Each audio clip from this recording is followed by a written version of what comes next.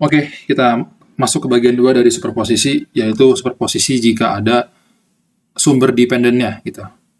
Kalau sebelumnya kan kita bahas kalau misalkan di rangkaian tersebut hanya terdapat sumber independen saja ya. Nah, sekarang gimana kalau misalkan di rangkaian kita terdapat sumber dependen gitu. Either itu VCVS, VCCS, CCVS, CCCS. Nah, oke, dari sketsa yang awal itu yang kita gambar, misalkan saya buat di sini ada satu sumber dependen ya. Boleh di antara keempat tadi gitu. Ya, let's say untuk sekarang ini adalah misalkan dia VCVS, VCCS atau CCCS. Terserah. Nah, jadi kalau terdapat sebuah sumber atau beberapa sumber dependen, caranya sama. Tapi maksudnya cara sama itu gini, kita matikan gitu kan semuanya. Tapi yang kita matikan itu yang independen saja. Oke. Jadi dalam hal ini kan terdapat dua buah sumber independen dan satu buah sumber dependen ya, dalam contoh ini. Berarti nanti pembagian kasusnya adalah ketika yang menyala ini dan ini saja gitu. Berarti nanti yang ini kita matikan. Kemudian kasus kedua adalah ketika yang menyala ini dan ini saja gitu.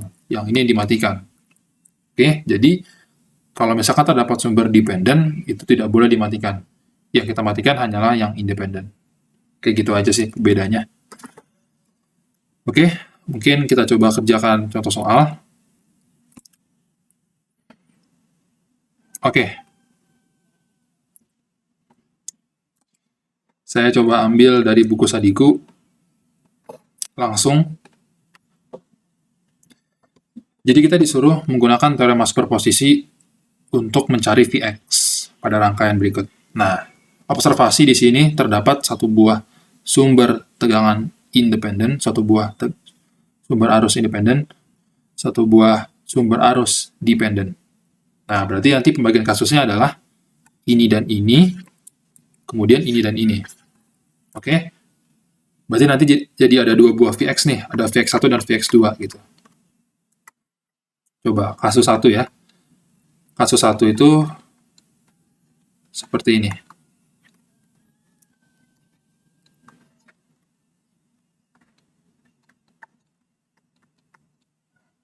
Sorry, ini kasus 1 kalau ini kita hentikan gitu ya.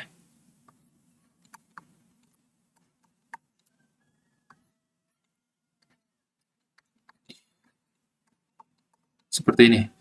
Ini 0,1 Vx, dengan Vx itu adalah yang ini. Nah, oke. Ini Vx1 lah gitu ya, Vx1. Ini 4, ini 25 volt. Nah, sekarang gimana cara kita mencari Vx? Kita insting ya. Dengan insting, kalau kalian udah cukup latihan juga, kalian akan terpikirkan juga, oh ini bakal pakai nodal nih kayaknya nih. Kita coba terapkan nodal. Dengan nodal kita peroleh minus yang masuk ya, ini minus 0,1 Vx, kemudian ditambah Vx1 per 4, yaitu yang ini, lalu ditambah Vx1 minus 25 per 20 sama dengan 0. Ya, dari sini kita bisa dapatkan lah langsung Vx1-nya sekian gitu. Saya tidak akan hitung. Lalu kasus kedua, ketika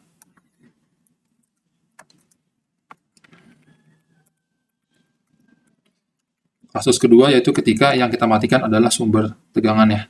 Ingat, cara mematikan sumber tegangan itu kita set sama dengan 0. Tegangan 0 artinya hubung singkat. Nah, ini ada sumber arus 5 ampere. Nah, sekarang gimana cara kita mencari Vx2-nya? Coba kita lihat. Sepertinya sama ya, kita bisa menggunakan nodal juga gitu. Nah, dengan nodal kita peroleh keluar yaitu Vx2 per 20, kemudian masuk 5, kemudian masuk lagi 0,1 Vx2, kemudian keluar lagi Vx2 per 4. Ya, dari sini kita bisa dapatkan berapa Vx2-nya. Dan untuk mencari Vx yang sesungguhnya, atau respons total, ya kita tinggal jumlahkan gitu. Vx1 tambah Vx2 sama dengan sekian. Oke, jadi seperti itu saja metode superposisi jika terdapat sumber dependen. Sekian, terima kasih. Kita lanjutkan di transformasi sumber.